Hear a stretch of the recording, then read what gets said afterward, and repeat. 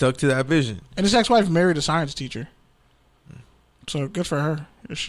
But the whole thing about the disrupting the money is like, yeah, but if it's going to be an alternative currency or be the currency, it's not about superseding the rich. The rich are going to use it. If anything, it appeals to them too. To fuck us over. It appeals to them way. too because like it's harder to track that money. So no, I get that. And that money goes up when all the other people buy Bitcoins, especially people who can't afford it and are actually trying to like use that money or buy it to make money. It ends up just making other people money. But at the end of the day, I'm just saying. At the end of the day, the math always wins, bro. Like, yes, math wins. 80%, 20% of the people have 80% of the money, and 80% of the money have 20% of the money. 80% of the people have 20% of the money. That's how it's always going to break out. One fish, two fish, red fish, blue fish. That's how it's always going to break out. That's how everything breaks out, and there's a reason why everything breaks out that way. That's what I'm saying. Math, it's probability, it's God, it's whatever you want to call it. No, that's the way the world God works. In money. That's the way the world works. What I'm saying is, the system is rigged for rich people to keep fucking poor people. So yeah, it's great that you're going to invest in all these different things, but don't lose sight of the fact that, like, fam, unless you come up with a new idea that's going to make you $1 billion, you're not catching Jeff Bezos. Sorry. Be more realistic with your life. That's all I'm saying. Yeah, but you couldn't tell. People told Jeff Bezos the same thing, though. Okay, that's true. I'm not arguing that. But you also can't use the system as a reason to hold yourself back. I'm not saying that either. But, like, we're not going to pretend like everybody's going to be a billionaire. No. Just like we can't pretend everybody's going to make it to the NFL. Not everybody makes it, bro. Just like That's all I'm saying. Just like we can say not everybody's going to make it to the NFL. As long as you're grounded in the fact that you're okay if you don't break big on this, but it's something that you should educate yourself on. But you don't have to break bad on everything for it to be meaningful. He scoffed. Did you just scoff? You don't. He said, have you seen the Bills? The Bills got to break even. This podcast don't make us any money. That doesn't make it not valuable. No, I agree. But I'm also saying. Yeah. I'm also saying. Did you start a podcast with the intent that you were going to be a famous rapper? We need that sound of the chest thing where you hit the thing and it's your move. Your Honor? We need that sound. Oh, yeah. Or just click. That's life. That's yeah. Why? Other stuff in the NFL this year.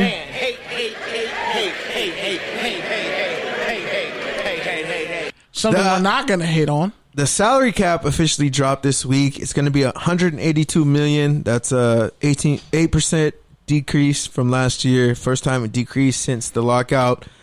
Essentially now teams will get their funds in a row by getting rid of any players they can to create more cap space, like trying to restructure players as people that we mentioned too. Some notable cap casualties just this week. Emmanuel Sanders was one. Janoris Jenkins was another one for the Saints. Saints are in cap hell. They were like minus $52 million last week, or 49, something like that. I think it was minus 49.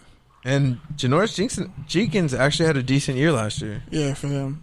I think he's probably a really good fit for maybe the Bears, or even the Chargers. We'll see. Janoris Jenkins can still ball though.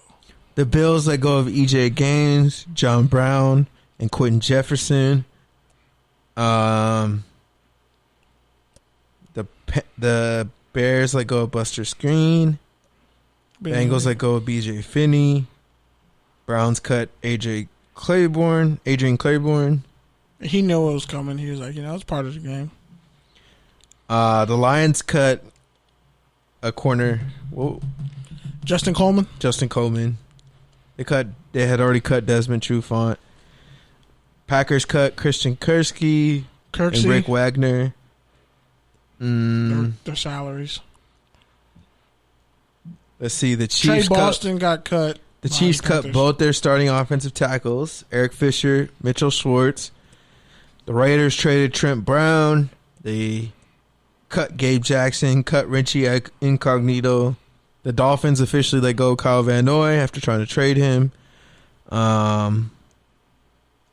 Who else? The Vikings cut Kyle Rudolph and Riley Reef and Dan Bailey. And the Titans let go of Adam Humphries and Kenny Vaccaro and Malcolm Butler. I guess Quan Alexander either got cut or they're still trying to trade him. So yeah, that's where we are. That's where we are so far. And the Giants cut Kevin Zeitler. For those players who, some of them will actually get released like now, and they're actually free to negotiate with the team immediately, since they're technically cut in the previous season. Some teams will wait till the new year starts, March, whatever, I think next week, and then they'll cut the players, or they'll cut players right then, before then. Just depends, but ultimately it's to create cap space for when free agency opens Monday. And the Seahawks. So from Monday to Wednesday, they have the tampering period when they can negotiate with other teams, and deals won't be official until Wednesday. Yeah, the Seahawks also cut Carlos Dunlap. Oh yeah, I forgot that one. That was a big one too, because they just signed him, traded and signed for him. It's crazy. The Giants cut Kevin Zeitler after giving him a fat contract a couple of years ago. Still haven't got rid of Nate Soldier yet. Yeah, Giants are kind of in a mess on that offensive line.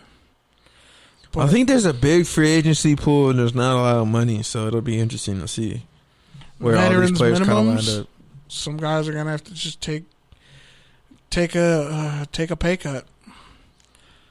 It's hard. It's always hard to tell, especially when you got players like J.J. Watt hitting the bank. Like, that kind of sets off the whole market. But Mark Ingram got a 3-year contract. David Johnson re-signed. So it's like some of these veterans who have at least plateaued, if not fallen off, have gotten deals. So we'll see. I feel like it's going to be a year where people get less money, but we'll see. Because so far that hasn't been the case. That's true. Moving on now. Is it time for college football? Yes, indeed. So Clemson had a pro day today. Some people consider him to be the number one running back in the draft. He's statistically the greatest running back in ACC history. Travis Etienne ran a 4.4 flat. Some people say a 4.41 unofficially at his pro day. He put on like an extra 15 pounds of muscle. He's up to almost 220. And honestly, I think because he played at around 208, so I think had he stayed lighter, he probably would have ran in the 4.3s easy. Because he was running low 4.3s before he put on all that weight. So, and then Isaiah Simmons came out and said, I told you I won, because Isaiah Simmons ran like a 4.38 last year. And, he says that he had a bad start, but he thinks he beat Travis Etienne head-to-head in a 40.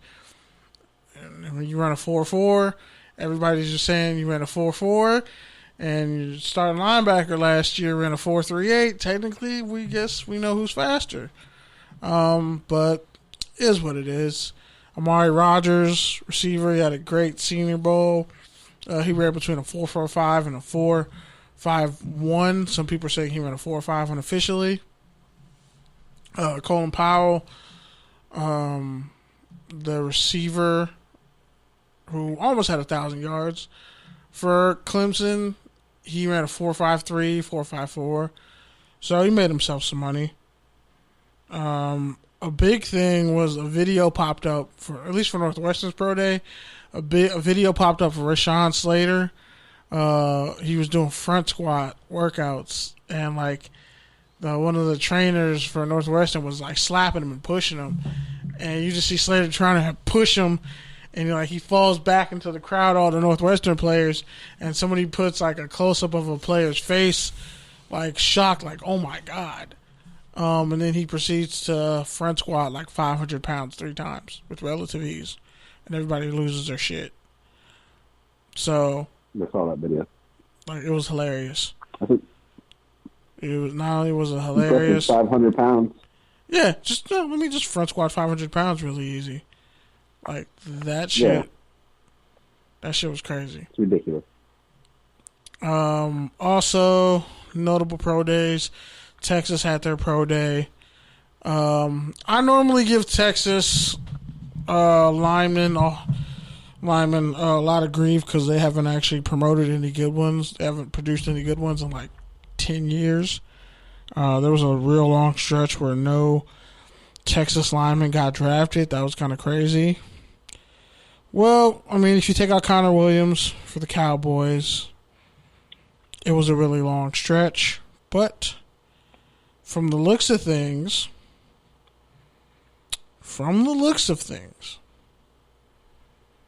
we got, damn it, I always forget how to say this dude's name. Samuel Cosme. This dude, 3-year starter for Texas, put up 36 reps on the bench press, which is 2 plates, 225. 36 reps, and ran a 40 in guess how many seconds, Pete? Guess how fast this Texas left tackle ran a 40? 4.87. 4.84. Damn. And he's slated to be a day 2 pick. I wouldn't be surprised if the Raiders take him. But, you know, because they have like 3 holes on their offensive line now. Sam Ehlinger apparently threw like 70 yards his last throw. Paul was in the air for about 70 yards. But his arm talent and athleticism were always a thing. They just want to see if he could be accurate with his footwork and everything. And he's pretty much he's going from like doing RPOs in college, some Tim Tebow type ish, and throwing the ball on like seam routes and spacing routes to actually having to be precise. So it'd be interesting if he can actually project to, you know, a real pro style QB.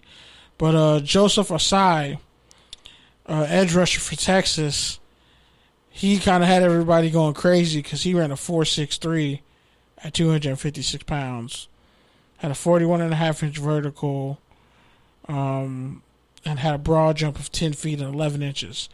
That's not like that's insane for like a linebacker or a D lineman, which is kind of what he is. Yeah, Caden Stearns, he's like the number 3 safety in the draft, considerably. He had a 42-inch vert. We got the linebacker. Oh, no, what I forgot to say for Northwestern, their pro day, you had Slater, because I said he's freakishly strong. He put up 33 bench press reps and ran a 4.88 and had a 7.48 in the 3-cone drill. And Pete, how good is it like a 7.48 and 3-cone drill for a lineman? Pretty good. Because you're the cone guy. Pretty good. What is the Are cone? you just trying to engage me right now in your segment? Yeah, because you're the cone guy, and you smiled when I said cone. So explain the 3-cone drill to people. Yeah, you got a high school athlete on your hands, so you need to explain cone drills to people now. You're that in the stands. You're going to be the fan explaining things to people. Oh my God, you're that guy now. Oh my God, bro, you are. I can't even remember the last high school game I went to, or I wasn't on the field. You're Mr. 3-cone now. Actually, I went to one homecoming game where I was in the crowd. That was actually pretty fun. I was like right after I graduated, though. That was like the first high school game I'd been to where I actually got to sit in the stands. So I was acting the fool. But yeah, anyways, 3-cone drill. Basically, it's where you lined up with your shoulders square, like facing forward, and then essentially you have a cone to your left and your right. Your goal is to touch one side with the appropriate hand, change direction, run to the other side, touch that line, and then run all the way through where you started. So it's basically a 5-10-5. And what does the 3-cone drill measure? Agility, quickness, change of direction, acceleration, explosion, etc., etc. And for a lineman, flexibility. For a 6'4", 300-pound man to run a 4.8, 840, bench press 33 reps and run a 7.48 3-cone drill, that's pretty impressive. Yeah. However, Slater has 33-inch arms, which is kind of seen as